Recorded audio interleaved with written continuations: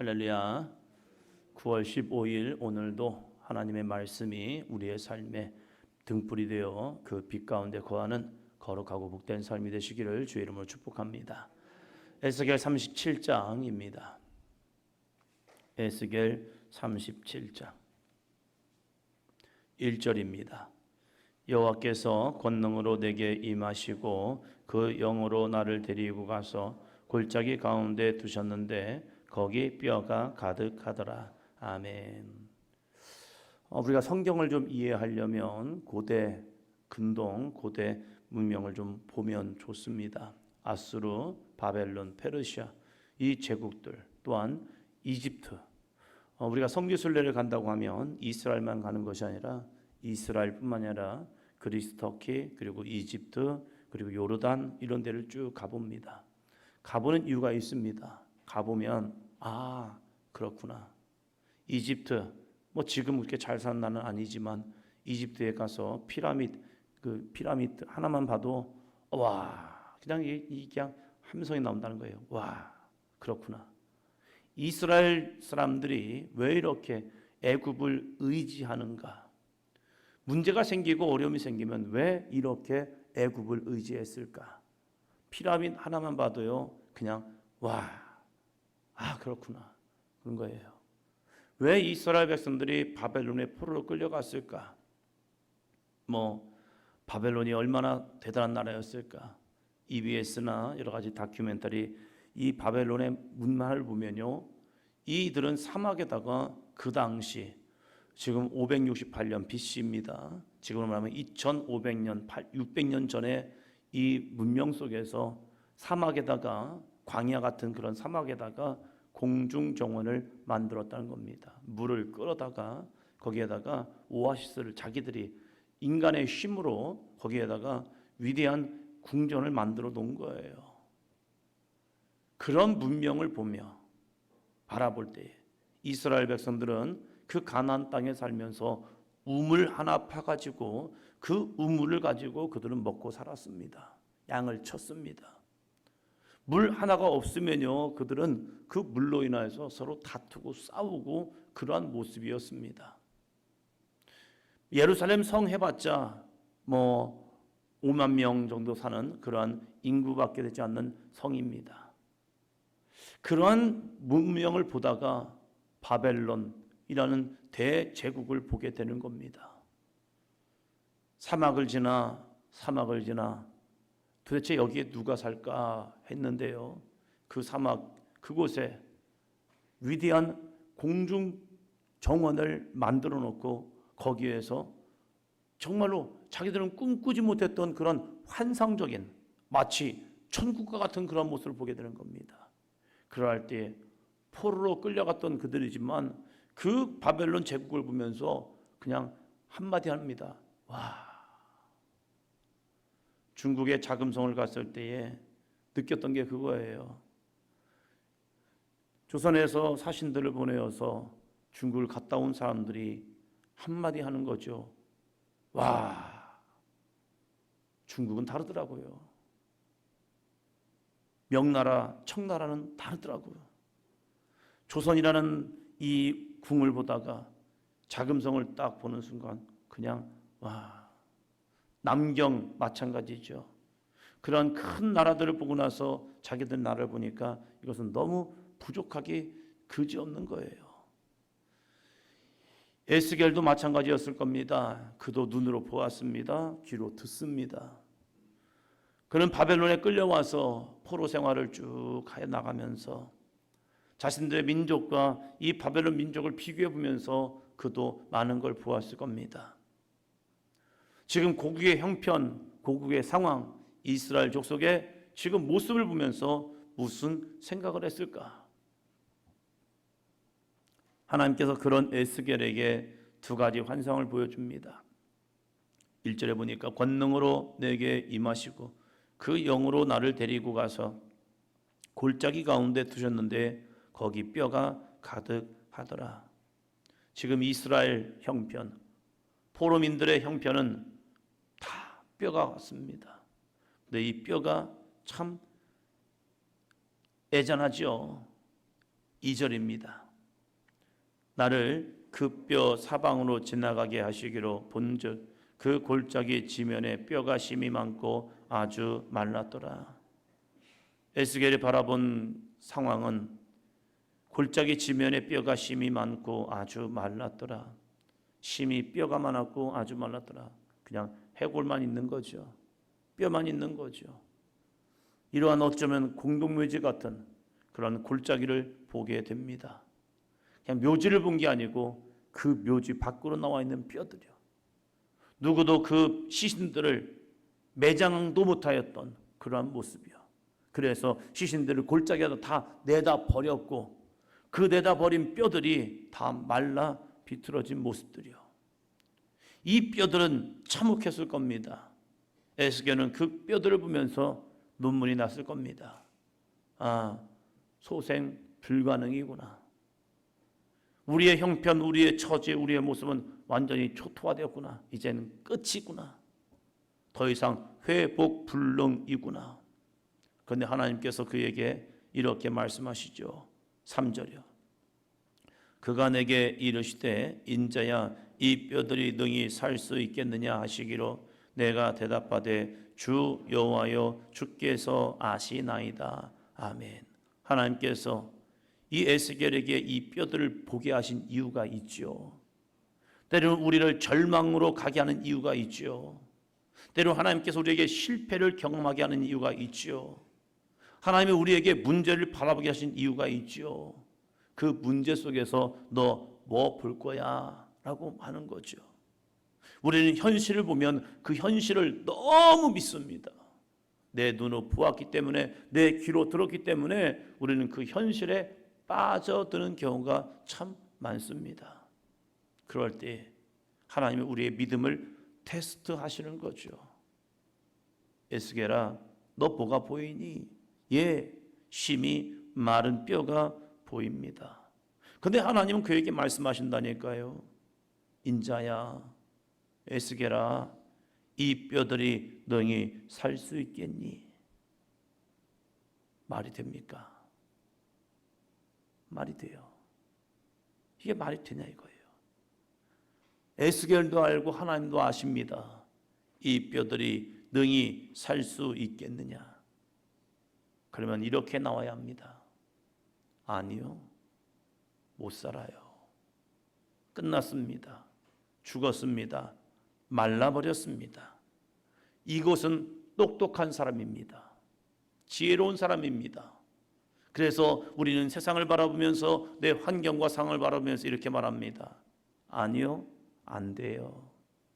끝났어요. 할 수 없어요. 이런 말을 합니다.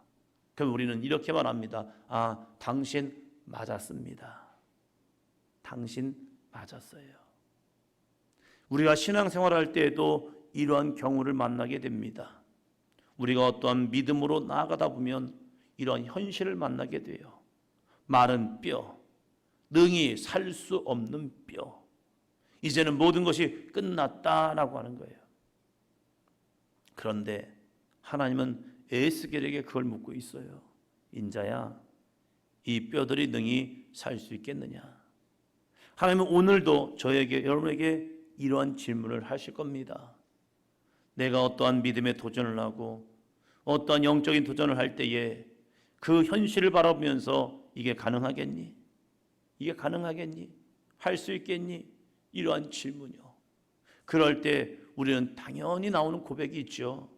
내가 아는 선에서, 내가 바라본 것 속에서, 내가 들은 것 속에서, 내가 아는 지식 속에서 우리는 대답을 합니다. 그리고 그것을 우깁니다. 그렇다니까요. 그렇다니까요.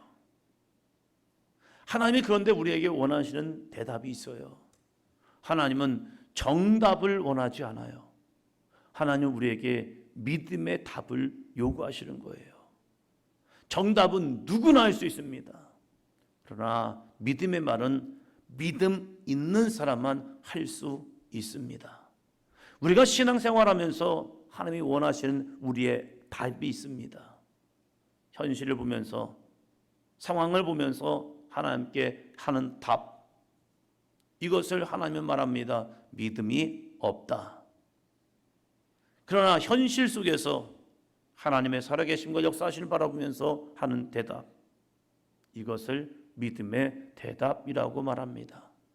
예수님께서 많은 무리들에게 복음을 전하시고 그들이 줄여 있는 모습, 굶주린 모습을 보시고 빌립에게 묻는 거죠. 빌립아, 내가 이들이 그냥 가면 돌아가는 길에 배고파서 길에서 기진할까 하니 내가 이들에게 먹을 걸 주기 원한다. 이들에 먹이려면 어떻게 하면 될까 할 때 빌립이 하는 대답, 참 지혜로운 대답을 합니다. 빌립이 대답하여 이르되 주님, 200데나리온의 돈이 있다 할지라도 이들을 먹일 수 없습니다. 정답입니다. 지금 이 상황에서 어디에서 떡을 사다가 어디에서 이들을 먹일 수 있겠습니까? 갑자기 남자만 5,000명, 한 2만 명의 사람들을 먹인다? 이건 그냥 딱 아는 것도 안 됩니다. 안 됩니다. 안 돼요. 이것이 정답입니다. 그런데 거기에 엉뚱하게 안드레가 도시락 하나를 가지고 와서 예수님께 하는 거죠. 예수님, 여기 도시락 하나 있는데, 한 아이가 가져온 도시락이 있는데 이걸로 이 사람들을 얼마나 먹일 수 있을까요? 그러나 주님, 이 도시락을 주님께 드립니다. 옆에 있는 사람들이 생각했을 거죠. 아유, 진짜 안드레 참 비련해. 지금 뭐 하자는 거야? 당신 지금 뭐 하자는 거야? 이걸로 뭐 하자는 거야 도대체? 그런데 예수님께서 그 안드레가 가져온 도시락 하나를 이렇게 하시죠. 손에 드시고 하늘을 향하여 우러러 감사 기도하시고, 사람은 할 수 없지만 전능하신 하나님 아버지는 하신다는 겁니다. 우리는 할 수 없지만 하나님은 하실 거야. 그래서 하나님이 주님께서 우리에게 보여주시는 거예요. 너희의 능력을 믿는 것이 아니라 하나님의 전능하심을 믿어라. 그리고 그것을 떼어서 제자들에게 주십니다. 그리고 그 무리들을 앉게 한 후 제자들에게 주시면서 너희가 이것을 나누어 주어라. 말도 안 되는 일이지만 그들은 주의 말씀에 순종할 때에 12강주리가 남는, 먹고 남는 은혜를 경험하게 됩니다. 하나님께서 에스겔에게 그 환상을 보여주십니다. 이 뼈들이 살 수 있겠느냐?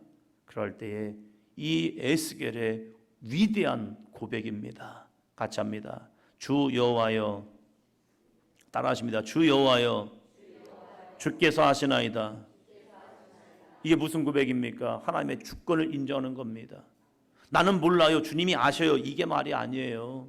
주 여호와여, 주께서 아시나이다. 예, 내가 보는 것은 심히 말라있는 뼈들이지만 주 여호와여, 여호와 그 뭐예요? 전능하신 하나님이란 거예요. 주님은 전능하신 하나님이십니다. 그래서 주께서 아시나이다. 주님만이 하실 수 있습니다. 할렐루야. 이 믿음의 고백인 거예요. 하나님이 원하시는 것은 우리에게 현실을 보고 현실을 말하는 게 아니에요. 너에게는 어떠한 믿음이 있느냐? 예수님께서도 많은 사람들이 주님 앞에 나와서 병든 것을 고쳐주고 귀신을 내어 쫓아낼 때에 내가 할 줄 믿느냐? 네가 너에게 믿음이 있느냐? 할 때 예, 내가 믿겠습니다. 그러면 내 믿음대로 될지어다. 할렐루야. 예수님도 우리에게 믿음을 원하셨어요. 그럼 오늘 이 시대를 살아가는 우리들에게도 하나님은 뭘 요구하실까요? 현실이요? 상황이요? 형편이요? 여건이요? 나의 모습이요? 그게 아니라는 거예요. 너는 나를 믿니? 너는 나의 전능함을 믿니? 그리고 내가 할 줄로 믿니? 그럴 때 우리는 고백해야 할 것은 한 가지입니다. 안 돼요. 못해요. 할 수 없어요. 이게 아니더라고요. 주 여호와여, 주께서 아시나이다. 이렇게 되는 은혜가 있더라고요. 현실을 바라보는 사람이 어떻게 이 믿음의 고백을 할 수 있습니까? 그것은 한 가지예요. 4절. 또 내게 이르시되 너는 이 모든 뼈에게 대언하여 이르기를 너희 마른 뼈들아 여호와의 말씀을 들을지어다. 할렐루야. 마른 뼈가 살아나는 것은 그들이 하나님의 말씀을 들을 때 살아납니다. 우리에게 그 하나님의 말씀이 들려지기를 주님의 이름으로 축원합니다. 우리가 무엇을 듣느냐는 참 중요해요. 경북 김천에서 처음 목회를 할 때에 산골, 시골 거기서 목회를 할 때에 교인들에게 이런 고백을 해봤습니다. 우리 뭐 좀 해봅시다, 뭐 좀 해봅시다, 뭐 좀 해봅시다니까요. 그분들은 제가 갈 때에 이런 얘기를 했습니다. 전도사님, 이 교회는 이제 문을 닫으려고 해요. 밑에 있는 교회와 합하여서 그냥 하는 게 좋을 것 같다고. 왜요? 담임자 사례도 힘들기 때문에 그래요. 얼마 되지 않는 사례이지만 그 적은 사례도 줄 수 없는 상황이었기 때문에 교회의 문을 닫고 밑에 있는 동네에 있는 교회와 합하면 좋겠다 이런 얘기를 하신 거예요. 그러니까 이제는 마음에 패배주의가 있는 거죠. 그래서 뭘 하자고 하면요 늘 하는 말이 이거였어요. 안 돼요. 안 돼요. 이 동네는 젊은 사람도 없고 없대요. 그래서 동네를 한번 탐방을 해봤더니 있어요. 젊은 사람도 있고 애들도 있고 있어요. 다 있어요. 근데 희한하죠. 있는데 없다고 얘기를 해요. 그 동네에 살면서 저는 있는데 그분들은 없다고 얘기를 해요. 무슨 차이일까요? 어떤 분은 그래요. 저랑 한 2명 정도 교회에 와서 기도하면요. 아, 목사님 오늘은 사람이 없네요. 제가 있잖아요. 제가. 아, 저 있는데 왜 없다고 그래요. 저 있는데. 아, 2명만 있어도 있는 거잖아요. 혼자 기도할 때 오늘 사람이 없지? 아, 그럼 자기는 뭐 사람이 아니에요. 괜찮아요. 있잖아요. 그 한 사람의 거룩한 기도가 이곳을 하나님의 거룩한 성전 삼을 수 있는 거예요. 아니 저희 집안에는 믿는 사람이 없어가지고요. 아니 당신이 있잖아요. 그 거룩한 하나의 불빛이 그 집을 환하게 비칠 수 있단 말이에요. 없는 걸 보지 마시고 있는 걸 보시기를 주의 이름으로 축원합니다. 저는 돈이 있어요. 적을 뿐이지. 많지는 않지만 있단 말이에요. 없다 하면요 없어지더라고요. 그러나 있다 하면요 있으면 그것이 더 풍성해질 수 있단 말이에요. 많은 뼈가 살아나는 것은요 다른 게 아니에요. 하나님의 말씀, 여호와의 말씀이 그들에게 들려지니까 살아나는 겁니다. 그래서 계속 들려지게 하는 겁니다. 우리가 할 수 있는 것은 마른 뼈를 살릴 수 있는 능력이 우리 가운데는 없어요. 그러나 우리에게는 하나님의 말씀을 전할 수 있는 믿음은 있단 말이에요. 그러면 그 믿음을 가지고 저 마른 뼈를 향하여 대언하는 겁니다.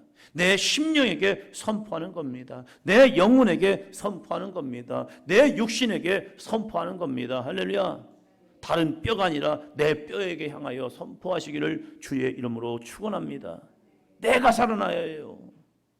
에스겔은 먼저 하나님의 말씀을 들었기 때문에 주님의 권능이 내게 임했기 때문에 그에게는 믿음이 있었단 말이에요. 에스겔에게 1절처럼 여호와의 권능이 내게 임하지 않았더라면 그는 현실적인 사람이 되었을 거예요. 그러나 에스겔에게 그 한 사람에게 여호와께서 권능으로 자기에게 임하였기 때문에 그는 믿음의 사람이 되었고 그 믿음을 가지고 뼈들 향하여 대언하기 시작하는 겁니다. 할렐루야. 그럴 때 이 뼈 저 뼈가 맞춰지잖아요. 그런데 맞춰졌다고 해서 되는 건 아니더라고요. 중요한 게 있어요. 9절이죠. 9절. 또 내게 이르시되 인자야 너는 생기를 향하여 대언하라. 생기에게 대언하여 이르기를 주 여호와께서 이같이 말씀하시기를 생기야 사방에서부터 와서 이 죽음을 당한 자에게 붙어서 살아나게 하라 하셨다 하라. 할렐루야. 생기 뭡니까? 성령의 기운. 창세기 2장에 보니까 하나님께서 사람을 만드실 때에 흙으로 사람을 지으시고 그 코에 뭘 불어넣지요? 생기를 그 코에 불어넣으십니다. 생기, 살아있는 기운, 하나님의 영, 그 영을 불어넣으십니다. 그랬더니 흙으로 만든 사람이 진짜 살아있는 사람이 됩니다. 내 육신이 살았다고 살아난 것이 아니에요. 이 거룩한 생기가 그 속에 들어갈 때에 진짜 살아있는 큰 군대가 될 줄로 믿습니다. 교회가 사람이 있다고 해서 살아있는 곳이 아니라 거룩한 생기, 성령 역사가 임하는 교회가 되어야 살아있는 교회가 될 줄로 믿습니다. 지난주부터 우리 교회가 금요 심야 성령 집회를 합니다. 교회가 살기 위해서는 한 가지, 성령이 우리 가운데 임하실 때예요. 우리의 가정이 회복되는 것도 성령이 임하실 때 우리는 회복됩니다. 내 영이 사는 것도 성령이 내 가운데 임할 때 우리는 살아납니다. 살아나니까 어떠한 역사가 이루어집니까? 그들이 큰 군대가 되니까요, 하나님은 이렇게 말씀하십니다. 두 번째 환상 17절입니다. 17절, 그 막대기들을 서로 합하여 하나가 되게 하라. 내 손에서 둘이 하나가 되리라. 아멘. 이스라엘은 하나였습니다. 12지파가 하나가 되었습니다. 12지파 하나가 된다는 거 정말로 어려운 일입니다. 기질과 성향과 다 달라요. 12이 하나가 된다는 거 정말로 어려운 일입니다. 그런데 하나님은 야곱의 아들들 그 12명을 하나가 되게 하셨습니다. 그런데 이들이 다시 분열했죠. 뭐 때문에요? 죄악 때문에 분열한 거예요. 그들이 범죄함 때문에 12지파가 둘로 나뉘어버렸습니다. 10지파 반, 한 지파 반이 나누어져 버렸어요. 그래서 그들은 두 민족으로 또 살아갔습니다. 그런데 하나님께서 이 멸망을 하고 온 이후에, 그들에게 모든 것을 다 쓸어버린 이후에 에스겔에게 이제는 바벨론에 의해서 모든 것이 다 끝났다고 하는 그때에 그들을 다시 회복시키시면서 막대기 2개를 보여주시면서 서로 합하여 하나가 되게 하라. 내 손에서 둘이 하나가 되리라. 할렐루야. 둘이 하나가 되는 것, 그것도 어려워요. 정말로 어려워요. 두 마음이 하나가 된다는 것 어렵잖아요. 인생을 살아봤잖아요. 남편과 아내가 하나 된다는 것 쉬운 일입니까? 어렵지요. 평생을 살아와도 이렇게 말하신 분 있습니다. 너무 달라요. 너무 달라요. 다르다고 얘기하는데요, 두 분의 걸어가시는 모습을 보면요, 닮았어요. 닮았어요. 두 분의 걸어가는 뒷모습을 보니까요, 닮았더라고요. 철원에서 목회할 때에 장로님과 권사님이 계셨습니다. 이 두 분은요, 늘 다르대요. 남편분은요, 몸이 좋지 않아서 골골거리시면서 사시는데, 그래서 아내분이 일을 더 많이 하는 것 같아요. 그런데 이분이 참 두 분이 다르대요. 어느 날 그런데 두 분이 걸어가시는 뒷모습을 보는데 너무 닮았더라고요. 어쩌면 닮으셨는지 많이 닮았구나. 그 많은 인생을 살아오니까 두 분이 티격태격하면서도 닮았구나. 왜요? 같이 있었기 때문에 그래요. 헤어졌더라면 안 닮았을 거예요. 그러나 같이 있었기 때문에 닮았더라고요. 하나님은 둘이 갈라졌지만 그 갈라진 둘을요, 하나 되게 하십니다. 이게 은혜입니다. 성령이 하나 되게 하신 것을 힘써 지키라. 우리 사도인전 교회도 서로 합하여 하나가 되게 하는 은혜가 있기를 바랍니다. 하나님 앞에 붙잡힌 바 되어 둘이 하나가 되는 축복이 있는 가정이 되기를 바랍니다. 부모와 자녀가 하나 되는 아름다운 가정들이 되기를 주님의 이름으로 축원합니다. 성도와 성도가 하나 되는 우리 교회가 되기를 주의 이름으로 축원합니다. 세상은 나누어져서 네 편, 내 편에서 자기의 권력을 찾으려 합니다. 그러나 우리 믿음의 사람을 통하여서 보수와 진보가 하나 되는 은혜가 있기를 주의 이름으로 축원합니다. 영남과 전라도와 경상도가 하나 되는 그러한 모습, 남과 북이 하나 되는 귀한 모습 꿈꾸며 기도하며 나아갈 때에 이 거룩한 은혜의 기도가 정말로 이 땅을 하나 되게 하는 아름다운 축복의 삶이 될 줄로 믿습니다. 사단은 분열케 하는 영입니다. 죄악으로 인해서 나누게 합니다. 내 뼈 중에 뼈요 살 중에 살이었던 아담과 하와도요, 사단이 죄를 짓게 하니까 서로 나누게 합니다. 그러나 하나님은 그 나누었던 관계를 회개라는 은혜를 통하여 하나 되게 하십니다. 우리가 이 거룩한 하나됨을 이루어 나가는 아름답고 복된 삶이 되기를 주님의 이름으로 축원합니다. 기도합니다.